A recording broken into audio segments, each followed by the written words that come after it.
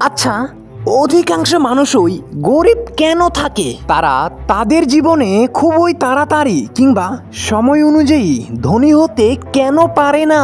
তোমার মনে কি আজ পর্যন্ত এমন প্রশ্ন কখনো কি জেগেছে? অথবা তুমি কি জানো এই প্রশ্নের উত্তর? যদি না জানো তাহলে আমি তোমাকে আজ এখন এই ভিডিওর মধ্যে এই কথাগুলো বলছি। এই কথাগুলো খুবই গুরুত্বপূর্ণ হতে চলেছে তোমার জীবনে। যদি পারো তাহলে মনোযোগ সহকারে ধ্যান দিয়ে কথাগুলোকে শোনো। হতে পারে আমার এই একটি মাত্র ভিডিওর জন্যেই তুমি তোমার জীবনে ধনী হতে পারছো না, কিংবা হতে পারে তুমিও তোমার ভাগ্য আমার এই ভিডিওটির জন্যেই অপেক্ষা করছিলে। এই ভিডিওটি শুরু করার আগে তোমাকে অনুরোধ করব যে কানে হেডফোন লাগিয়ে মনোযোগ সহকারে কথাগুলো শোনো। দেখো, মানুষ সাধারণত 6টি কারণে গরিব হয়ে থাকে। যেমন নিয়মিত টাকা সঞ্চয় না করলে, ধনীদের মতো খরচ করতে থাকলে, ঋণের চক্রজালে পড়ে গেলে, সবসময় আনন্দ ফুর্তি করলে, কখনো বিনিয়োগ না করলে, আর উপার্জন বাড়ানো না শিখতে পারলে। কি কি বলেছি তা কি বুঝতে পেরেছো? আচ্ছা ঠিক আছে, যদি না বুঝতে পারো তাহলে আমি তোমাকে সংক্ষেপে ফুল ডিটেলসই বুঝিয়ে দিচ্ছি। প্রথমত, নিয়মিত টাকা সঞ্চয় না করলে। দেখো, তুমি যদি টাকা সঞ্চয় অর্থাৎ টাকা যদি জমাতে না শেখো, হাতের কাছে টাকা পেতেই সবসময় যদি টাকা তুমি উড়িয়ে দাও, খরচ করে ফেলো, তাহলে তুমি কিভাবে ধনী হবে? সবসময় যেখানে সেখানে টাকা খরচ না করে তোমাকে টাকা জমাতে শিখতে হবে, টাকা সেভ করতে শিখতে হবে।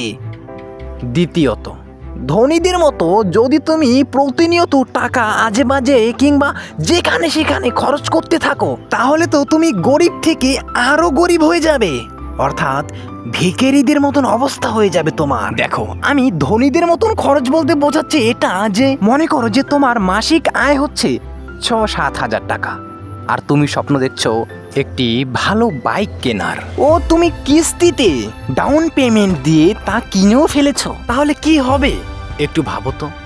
দেখো, তুমি যা টাকা ইনকাম করো সেই টাকা দিয়ে তোমার নিজের খরচই কোনো মতন চলে যায়, আর এখন নিজের খরচও চালাতে হবে, প্লাস বাইকের কিস্তিও দিতে হবে, প্লাস আবার বাইকের খরচও চালাতে হবে। তাহলে তুমি কিভাবে টাকা জমাবে, কিভাবে ধনী হবে?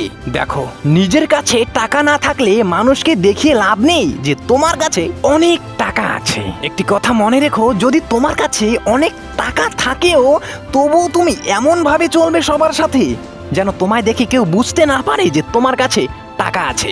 তুমি এমন ভাবে চলবে যেন তোমার কাছে টাকা নেই। আর না হলে কিন্তু মানুষ তোমার টাকাগুলো ধ্বংস করার জন্য, খরচ করার জন্য উঠে পড়ে লাগবে। আশা করি তোমাকে এই বিষয়টি অত ভালো করে বোঝানোর দরকার নেই, এটি তুমি নিজেই বুঝতে পারবে। তৃতীয়ত, ঋণের চক্রজালে পড়ে গেলে, অর্থাৎ তুমি যদি কারো কাছে ঋণী থাকো তাহলে কিন্তু তুমি কোনোদিনও ধনী হতে পারবে না, কারণ তোমার তো সারা জীবন ঋণ শোধ করতে করতেই কেটে যাবে। একটি কথা মনে রেখো যে তুমি তোমার জীবনে এমন কিছু করো না যেন তুমি সারা জীবন কোনো মানুষের কাছে ঋণী থেকে যাও। তুমি তোমার জীবনে এমন কিছু করো যেন তোমার কাছে মানুষ ঋণী থাকে। তাহলে আজ থেকে তুমি সব ঋণ শোধ করে দাও, অর্থাৎ যারা যারা তোমার কাছে টাকা পায় কিংবা অন্য কিছু পায়, তাহলে এক কথায় কারো কাছেই ঋণী থাকা যাবে না। আশা করি বুঝতে পেরেছো। চতুর্থ, সবসময় আনন্দ ফুর্তি করলে, অর্থাৎ তোমার যা কিছু ইনকাম হয় তুমি সেই টাকা দিয়েই তুমি আনন্দ ফুর্তি করছো সবসময়। তোমার বন্ধু বান্ধবদের সাথে প্রতিদিন ওই পার্টি করছো, এটা খাচ্ছ, ওটা খাচ্ছ, ড্রিঙ্ক করছো, এখানে টাকা খরচ করছো, ওখানে টাকা খরচ করছো, মানে লিমিট ছাড়া অর্থাৎ আনলিমিটেড আনন্দ ফুর্তি করছো। যদি তুমি কোনো লাগাম ছাড়াই তোমার ইচ্ছে মতো সবসময় টাকা উড়াতেই থাকো, তাহলে তুমি কিভাবে টাকা জমাবে?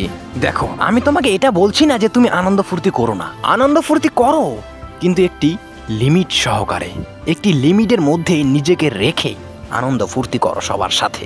কার কাছে কত টাকা আছে, কে কত টাকা খরচা করছে সেটা দেখে তোমার লাভ নেই। কি করলে তুমি 2 টাকা সেভ করতে পারবে, জমাতে পারবে, তোমাকে সেই চিন্তা ভাবনা রাখতে হবে, সবার থেকে আলাদা। তাহলে আশা করি যে এই টপিকটি বুঝতে পেরেছো। পঞ্চম, কখনো বিনিয়োগ না করলে। দেখো, টাকা জমানো তো তুমি শিখলে, ধনীদের মতন খরচ করাও তুমি বন্ধ করে দিলে, তুমি সবার সব ঋণ শোধ করে দিলে, সবসময় আনন্দ ফুর্তি করলে না, কিন্তু এখন তোমায় বিনিয়োগ তো করতে হবে। বিনিয়োগ কিভাবে করতে হবে, কোথায় করতে হবে, অর্থাৎ তুমি টাকা তো কামাচ্ছ, কিন্তু কোথায় টাকা ইনভেস্ট করতে হবে, কোথায় টাকা খরচ করলে 5 টাকা থেকে তুমি 10 টাকা পাবে, কোথায় 1000 টাকা খরচ করলে 10,000 টাকা পাবে, তোমায় এখন এই বিষয়টি তো শিখতে হবে। ভাবো, একটু ভাবো এই বিষয়টিকে নিয়ে। কোথায় টাকা খরচ করলে তুমি 1 টাকা থেকে 2 টাকা পাবে, ভাবো। ষষ্ঠ, তাহলে আমরা বিনিয়োগ করাটাও শিখে গেলাম, অর্থাৎ 1 টাকা থেকে কিভাবে 2 টাকা করতে হয় এই বিষয়টি তো শিখলাম। এবারে উপার্জন কিভাবে বাড়ানো যায় সেটা শিখতে হবে, অর্থাৎ 1 টাকা থেকে তো 2 টাকা করতে শিখলাম, এবারে 2 টাকা থেকে কিভাবে 4 টাকা করতে হয়, 4 টাকা থেকে কিভাবে 8 টাকা করতে হয়, 8 টাকা থেকে কিভাবে 16 টাকা করতে হয়, এইভাবে ধীরে ধীরে উপার্জন বাড়তে থাকবে কিভাবে, এই বিষয়টিকে শিখতে হবে তোমার। আশা করি যে তাহলে তুমি বুঝতে পেরেছো তোমাকে আমি যা যা বললাম। দেখো, এই 6টি পথ যদি তুমি তোমার জীবনে ফলো করতে পারো তাহলে তোমাকে ধনী হওয়া থেকে কেউ আটকাতে পারবে না, কেউ না।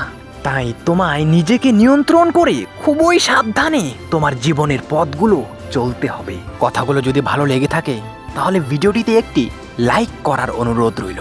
আমি হিমন দত্ত, আর তুমি দেখছিলে স্বপ্ন উড়ান মোটিভেশনাল ইউটিউব ভিডিও। যদি তুমি এখনো আমার এই স্বপ্ন উড়ান চ্যানেলটিকে সাবস্ক্রাইব না করে থাকো তাহলে তাড়াতাড়ি সাবস্ক্রাইব করে আমার পাশে থেকো। আমিও আছি তোমার পাশে, ভালো থেকো।